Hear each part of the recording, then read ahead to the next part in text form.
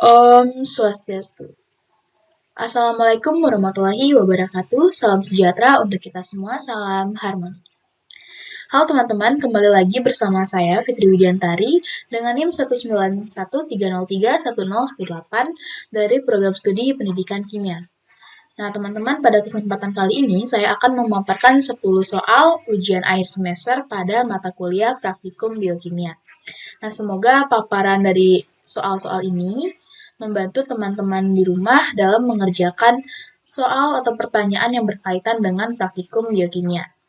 Nah, kita langsung saja masuk pada soal pertama. Diketahui data suatu hasil percobaan dari aktivitas enzim.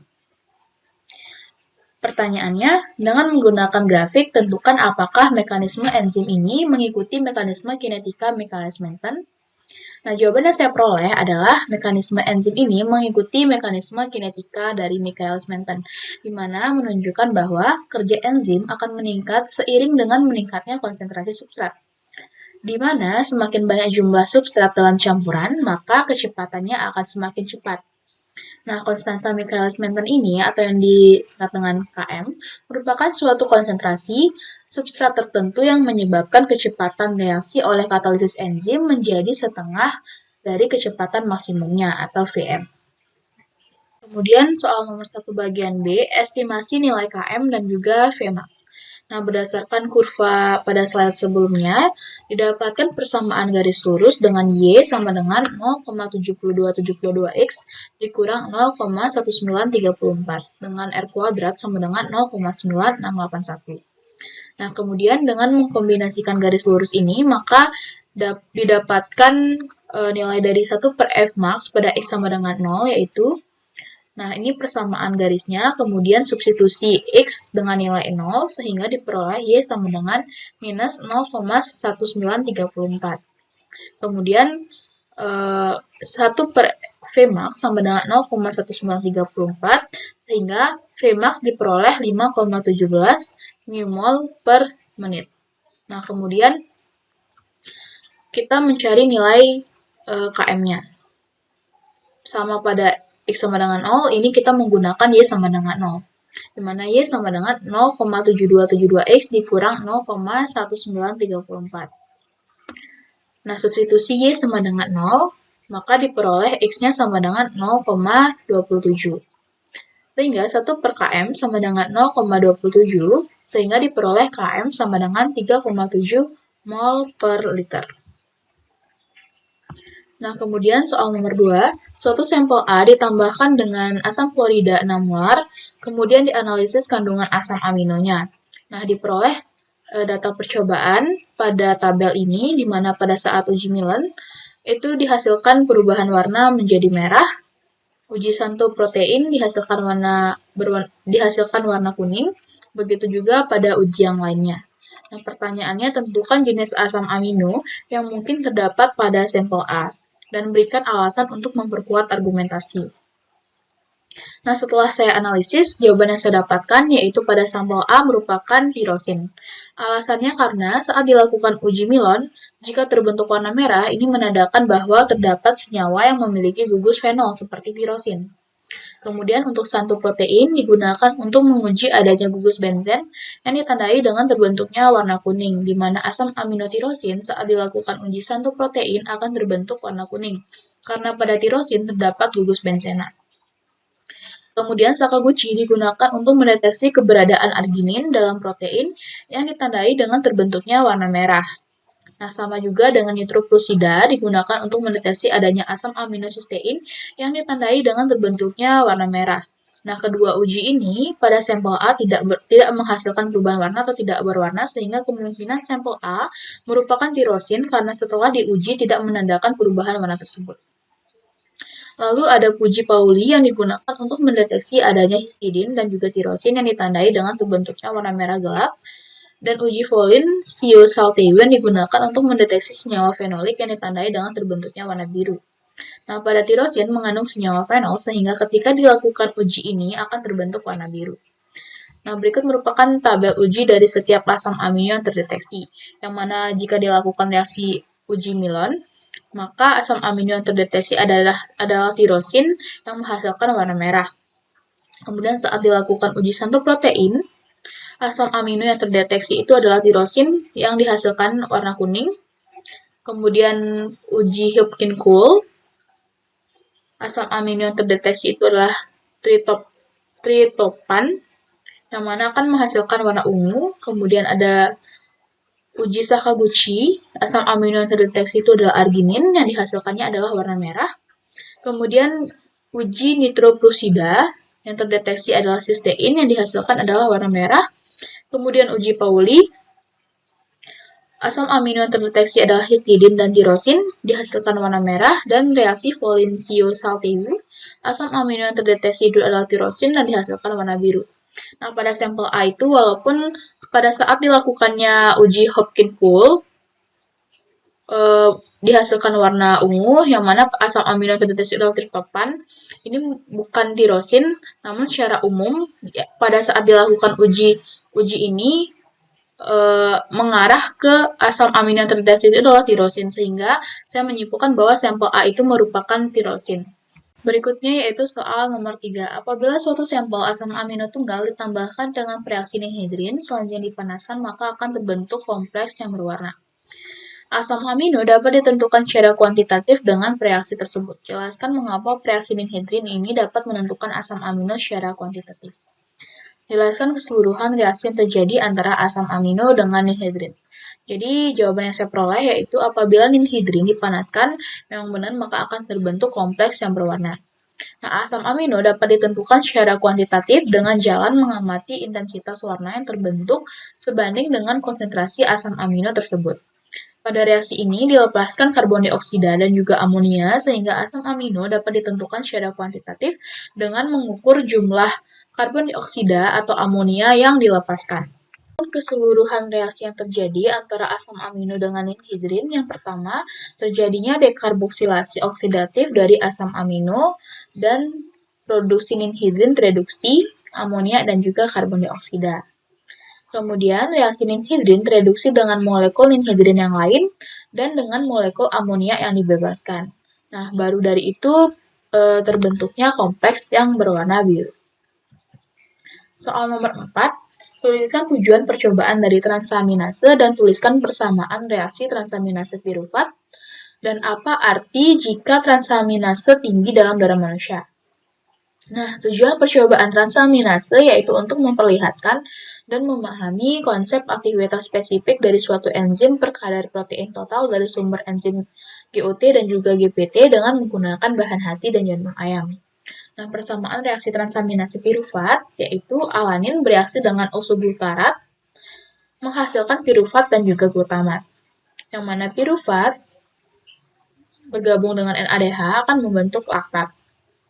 Nah, apabila transaminase tinggi di dalam darah manusia, menandakan terdapat masalah atau penyakit hati. Namun, tidak selamanya kadar transaminase yang tinggi menandakan adanya penyakit hati, karena terdapat berbagai kondisi medis lain yang juga dapat diindikasikan melalui nilai SGPT yang tinggi, seperti misalnya adanya cedera otot atau serangan jantung. Itu soal nomor 5. Jelaskan cara untuk menentukan kemurnian dari DNA hasil percobaan. Dan mengapa pada isolasi DNA darah, sel darah merah harus dilisiskan? Nah, kemurnian DNA dapat ditentukan dengan menggunakan spektrofotometer UV vis. Yang mana tingkat kemurniannya ini dapat ditentukan dengan cara menghitung rasio antara nilai 260 nanometer dan 280 nanometer pada sampel DNA. Yang mana nilai 260 nanometer ini merupakan nilai maksimal DNA dapat menyerap cahaya, sedangkan nilai 280 nanometer ini merupakan nilai maksimal residu protein dapat menyerap cahaya. Nah, kualitas DNA yang memiliki kriteria baik terjadi apabila tingkat kemurniannya berada pada rentang 1,8 sampai 2,0 dari rasio absorbansi pada pengukuran panjang gelombang 260 nanometer dan 280 nanometer yang diukur dengan spektrofotometer UV vis. Nah, sel darah merah yang tidak mengandung DNA genom harus dilisiskan agar sel darah putih yang mengandung inti sel dapat diisolasi atau dipisahkan dari sel darah merahnya. Yaitu soal nomor 6. Jelaskan dan sebutkan langkah-langkah yang dilakukan untuk membuat larutan A asam sulfat 0,5 molar dari larutan stok asam sulfat 98%. Yang mana asam sulfat ini memiliki massa jenis 1,83 gram per mililiter. Kemudian yang kedua, pembuatan larutan natrium hidroksida 2 molar dari kristal NaOH. Nah, untuk yang pertama, pembuatan larutan asam sulfat 0,5 molar dari larutan stok asam sulfat 98%. Langkah yang pertama yang kita harus lakukan yaitu menghitung molaritas dari asam sulfat pekat dengan rumus molaritas sama dengan 10 dikali persentase dikali berat jenis dibagi berat molekul. Nah, sama dengan 10 dikali 98% dikali berat jenisnya yaitu 1,83 dibagi berat molekulnya yaitu 98 sehingga diperoleh molaritasnya yaitu 18,3 molar. Nah, lalu kita hitung volume asam sulfat yang akan ditambahkan. Misalnya kita akan membuatnya dalam 250 ml. Nah, dengan menggunakan rumus pengenceran, maka akan diperoleh volume asam sulfat yang akan ditambahkan nanti itu sebanyak 6,83 ml. Nah, jadi untuk membuat larutan asam sulfat 0,5 molar sebanyak 250 ml ini diperlukan larutan asam sulfat sebanyak 6,83 ml. Nah, setelah kita menghitung volume larutan asam sulfat yang diperlukan, lalu kita isi labu ukur yang berukuran 250 ml, 50 ml ini dengan Aquades sebanyak 150 ml. Lalu tambahkan asam sulfat 98% sebanyak 6,83 ml secara perlahan. Kemudian Aquades kembali ditambahkan sampai mencapai tanda batas pada labu ukur lalu digojok.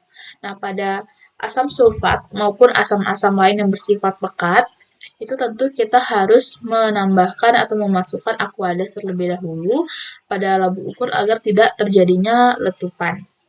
Nah, berikutnya yaitu pembuatan larutan NaOH 2 molar dari kristal NaOH.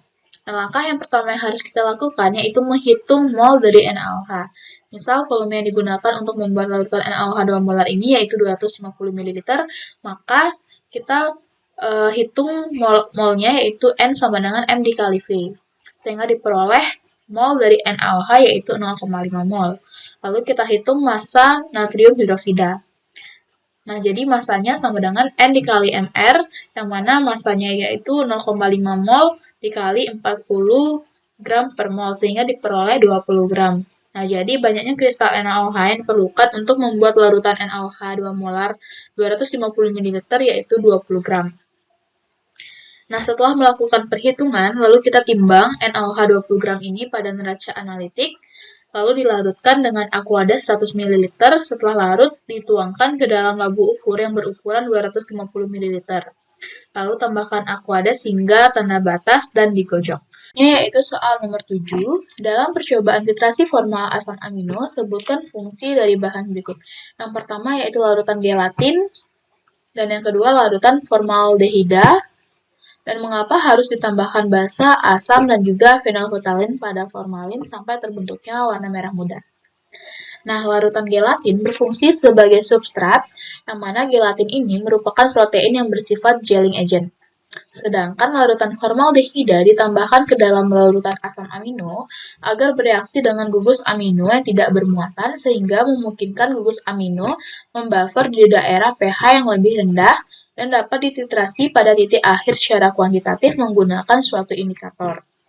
Nah, selain itu, larutan formaldehida berfungsi membentuk dimethiolol yang menandakan bahwa gugus asam amino sudah tidak terikat dan tidak akan mempengaruhi reaksi antara asam dengan basa NaOH atau untuk memblok gugus amino pada asam amino. Nah, penambahan basa sampai terdapat perubahan warna menjadi merah ini bertujuan untuk menetralkan gugus-gugus karboksilat yang terdapat pada asam amino yang setara dengan banyaknya protein atau semacam kalibrasi untuk mengetahui ada atau tidaknya asam amino. Nah, tujuan penambahan HCl agar pH menjadi 8 karena pada pH ini enzim tripsin mampu bekerja secara optimal. Dan kemudian penambahan fenolfthalein bertujuan sebagai indikator yang akan menunjukkan perubahan warna pada larutan ketika warnanya berubah. Selanjutnya yaitu soal nomor 8, jelaskan dan beri contoh peristiwa salting in dan salting out.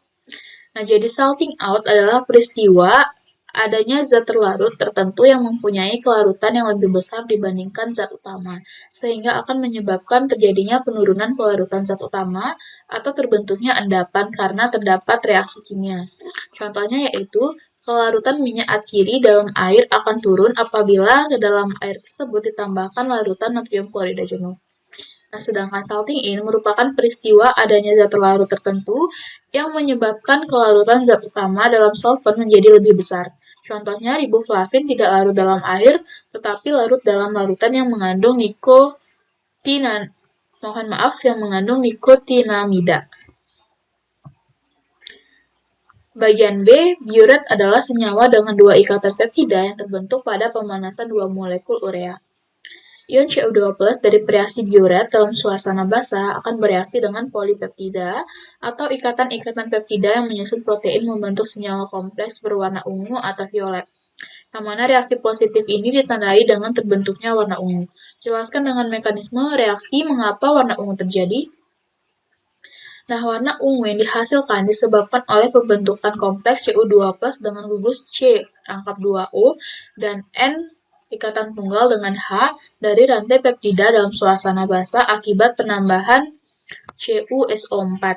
Nah, warna ungu terbentuk pada larutan menandakan bahwa uji biuret ini positif terhadap larutan protein dari albumin telur. Nah, reaksinya bisa teman-teman lihat yang mana larutan protein saat ditambahkan reagen biuret akan menghasilkan kompleks yang berwarna ungu. Lalu bagian C, isolasi DNA atau RNA apakah dapat dilakukan bersama-sama? Nah, isolasi DNA dan RNA tidak bisa dilakukan bersama-sama karena RNA ini tergolong biomolekul yang memiliki fungsi yang berbeda dan tidak stabil dalam kondisi basah serta suhu yang tinggi, sehingga proses isolasi antara DNA dan RNA tidak bisa dilakukan secara bersamaan. Kemudian bagian D, vitamin C terkandung dalam buah. Jelaskan kandungan vitamin yang paling banyak terdapat pada buah matang atau buah masak.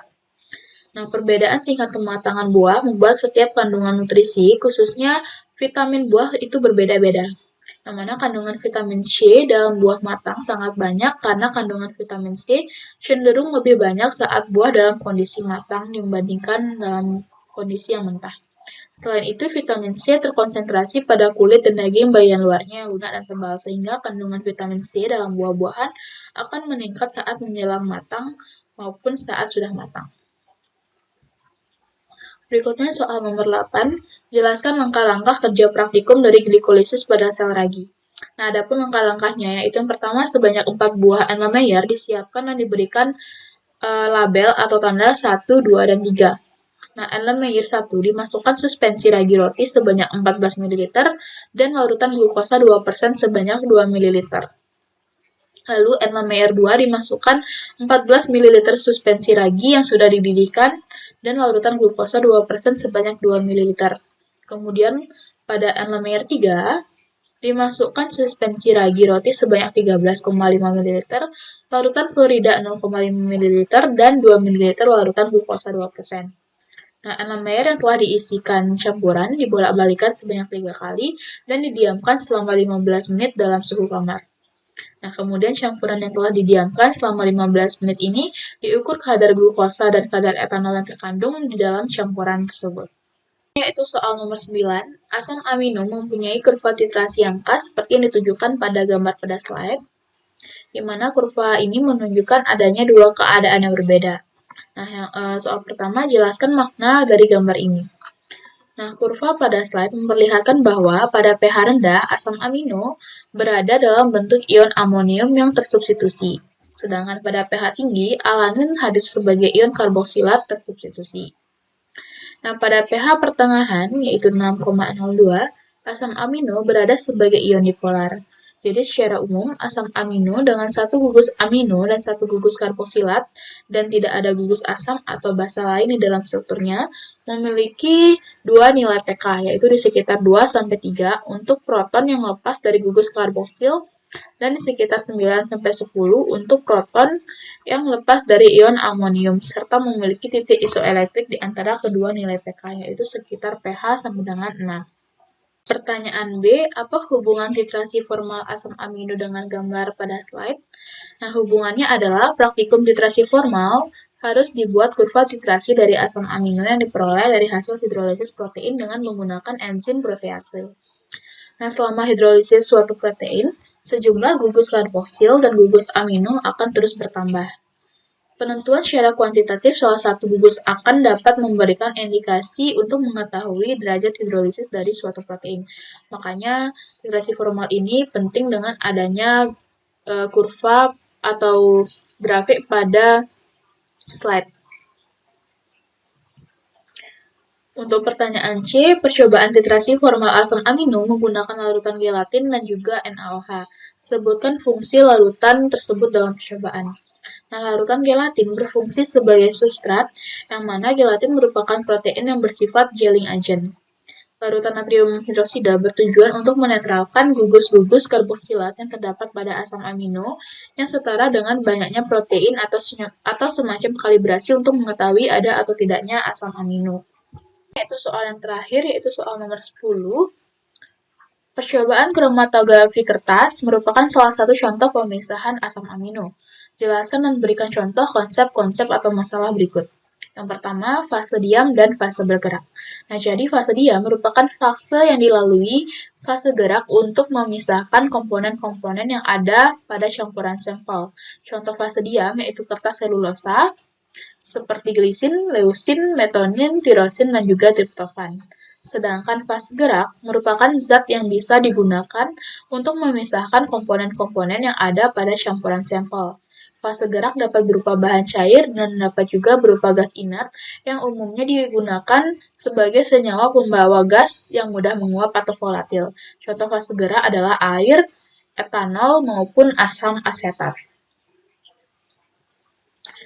Bagian B, tiap tetesan harus dikeringkan terlebih dahulu dengan diangin-anginkan sebelum tetesan berikutnya ditotolkan. Nah, besar noda hendaknya tidak melebihi 0,4 cm. Lalu kertas dijaga bersih dan sedapatnya tidak tersentuh oleh jari. Mengapa tidak boleh disentuh oleh jari? Nah, kertas kromatografi yang digunakan harus bersih dengan sedapat mungkin tidak tersentuh oleh tangan. Tetapi dapat juga dipegang dengan menggunakan jepit atau melindungi tangan dengan selop tangan. Apabila terjadi kontak antara tangan dengan kertas kromatografi, maka kemungkinan dapat mengganggu proses kromatografi. Karena tangan seringkali dalam keadaan lembab, yaitu mengeluarkan keringat. Yang mana keringat ini mengandung minyak dan juga urea yang merupakan zat organik, sehingga memungkinkan senyawa-senyawa organik ini akan ikut bermigrasi sebagai fase nonpolar atau fase gerak. Maka oleh dari itu, kertas tidak boleh disentuh oleh jari. Pada bagian C, ruang kromatografi diharap telah jenuh oleh uap eluen, kemudian kertas tersebut digantungkan dalam ruang kromatografi dan dicelupkan tepi bawah kertas kromatografi dalam eluen. Usahakan jangan sampai totalan asam amino standar dan sampel terendam oleh eluen. Mengapa ruang kromatografi harus jenuh dan mengapa totalan standar sampel tidak boleh terendam oleh eluen? Nah, jawaban yang saya dapatkan yaitu penjenuhan dilakukan agar dapat mencegah terjadinya penguapan dari pelarut. Selain itu, penjenuhan bertujuan agar tekanan atmosfer di dalam kamber terjaga sehingga tercapainya suatu kesetimbangan sebelum pengaliran pelarut pada kertas dilakukan yang nantinya akan menghasilkan pemisahan dan pengidentifikasian yang baik. Nah, sedangkan totalan larutan standar dan sampel tidak boleh terendam dalam eluen karena akan mempengaruhi perambatan noda. Nah, jika totalan larutan standar dan sampel terendam dalam eluen, maka akan menghambat jalannya eluen sebagai fase gerak yang akan merambat naik ke batas atas kertas. Bagian D, mengapa dalam percobaan kromatografi kertas standar asam amino sangat mutlak diperlukan? Nah, asam amino merupakan jenis zat yang tidak berwarna, sehingga untuk mengetahui letak noda diperlukan reaksi lokasi. Maka pada kertas kromatografi disemprotkan larutan ninhidrin atau asam amino standar. Nah, dalam percobaan ini digunakan larutan ninhidrin yang disemprotkan pada kertas kromatografi setelah dikeringkan, sehingga noda-noda pada kertas kromatografi dapat terlihat, yaitu noda yang berwarna ungu. Nah, terbentuknya noda yang berwarna ungu ini disebabkan karena terjadinya reaksi antara hidrat dari triketon siklik atau ninhidrin dengan asam amino. Nah, teman-teman, sekian paparan jawaban dari soal ujian akhir semester pada mata kuliah praktikum biokimia. Saya mohon maaf sekali apabila masih banyak terdapat kesalahan baik dalam penyampaian maupun dalam jawaban yang saya berikan. Nah, akhir kata saya tutup dengan para mesanti. Om, Santi, Santi, Santi Om. Wassalamualaikum warahmatullahi wabarakatuh. Sampai jumpa.